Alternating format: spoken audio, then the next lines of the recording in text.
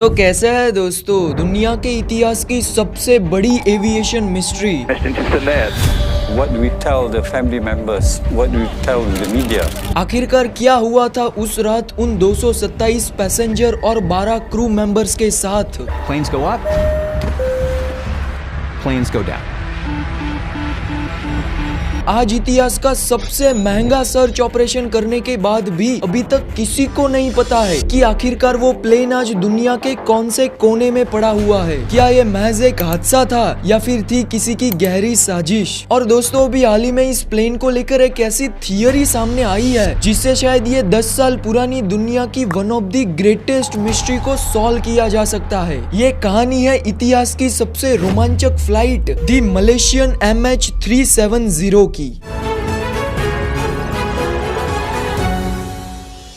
8 मार्च 2014 की रात मलेशिया के कुआलालंपुर एयरपोर्ट से चाइना के बीजिंग तक फ्लाइट 370 जाने वाली थी। ये उसकी एक नॉर्मल रूटीन 5 घंटे और 34 मिनट की फ्लाइट थी। अगर यहाँ पर प्लेन की बात करें तो ये एक बोइंग 777 मॉडल का 28420 सीरियल नंबर का 404वां प्लेन था, जिसमें रोल्स रॉयस स्ट्रेट 892 के 2 ट्विन इंजन लगे हुए थे और टोटल में 12 मलेशियन क्रू मेंबर जिसमें पायलट और को पायलट भी शामिल थे और दूसरे 227 पैसेंजर उस रात इस प्लेन से सफर करने वाले थे, जिसमें हमारे देश के भी 5 लोग शामिल थे। यह है उन 5 लोगों के नाम। उस रात इस फ्लाइट का control one of the most experience Malaysian pilot Zaharie Ahmad Shah के हाथों में था और उनके साथ एक 27 साल के को पायलट फारिक अब्दुल्ला हामिद थे, जिनकी ये आखिरी ट्रेनिंग फ्लाइट थी, यानी कि इस फ्लाइट के बाद वो एक फुल्ली पायलट बनने वाले थे। रात के करीब 12:42 पर ये फ्लाइट MH370 49,100 पाउंड फ्यूल के साथ 8 मार्च की रात को कुआलालंपुर के रनवे पर से टेक ऑफ करती है। पहले कुछ मिनटों तक तो यहाँ पर सब कुछ नॉर्मल चल रहा था। प्लेन 35,000 फीट की ऊंचाई तक पहुंच चुका था और मलेशियन कोस्ट लाइन को पार करके साउथ चाइना सी से गुजरते हुए वियतनाम की डायरेक्शन में चलने लगा था।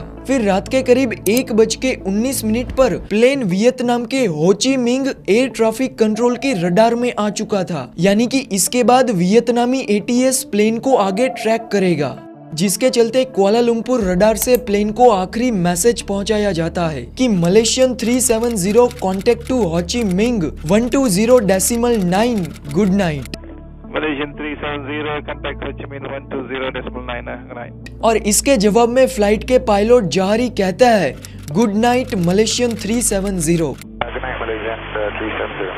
ये दोस्तों पायलट जहारी का आखिरी मैसेज होता है, क्योंकि इसके बाद ये फ्लाइट अचानक से उस रडार पर से गायब हो जाती है। What planes don't do is just vanish off the face of the earth.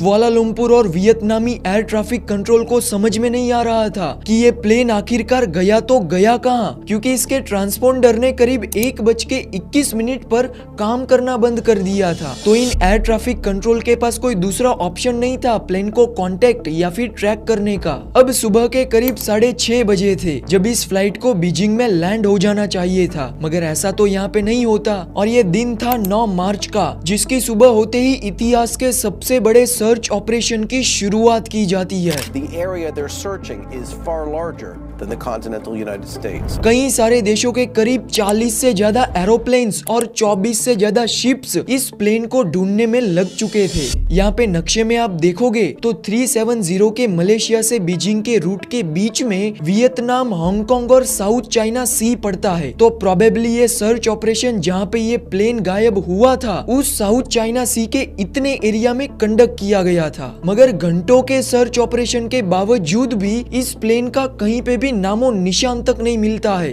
फिर इसके ठीक 2 दिनों के बाद यानी 12 मार्च को मलेशियाई अधिकारियों ने बताया कि इस प्लेन को आखिरी बार एक मिलिट्री रडार ने रात के 2:15 पर अंडमान सी की डायरेक्शन में 320 किलोमीटर नॉर्थ वेस्ट में पेनांग आइसलैंड के पास देखा था। यानी कि दोस्तों ये प्लेन बीजिंग से उल्टी दिशा में 180 डिग्री का टर्न लेके दोबारा से मलेशियन टेरिटरी से गुजरते हुए स्टेट ऑफ मलाक्का के आसपास आखिरी बार देखा गया था। और इस खबर ने दोस्तों सबको चौंका दिया था कि आखिरकार ये प्लेन उसकी उल्टी दिशा में क्यों जाएगा। प्लेन में बैठे पैसेंजर के परिवार वाले अभी तो इस उल्टी पहेली को सुलझाने में ही उलझे हुए थे कि 15 मार्च को मलेशियाई पीएम नजीब कहता है कि फ्लाइट 370 खो जाने के बाद वो कई घंटों तक एक इनमारसैट कंपनी की एक सैटेलाइट के साथ कांटेक्ट में थी। ये दोस्तों बड़ी ही आम बात होती है ऐसे बड़े प्लेन्स के साथ, क्योंकि ऐसे प्लेन्स इन सैटेलाइट की मदद से अपने कम्युनिकेशन को आसान बनाने की कोशिश करते हैं।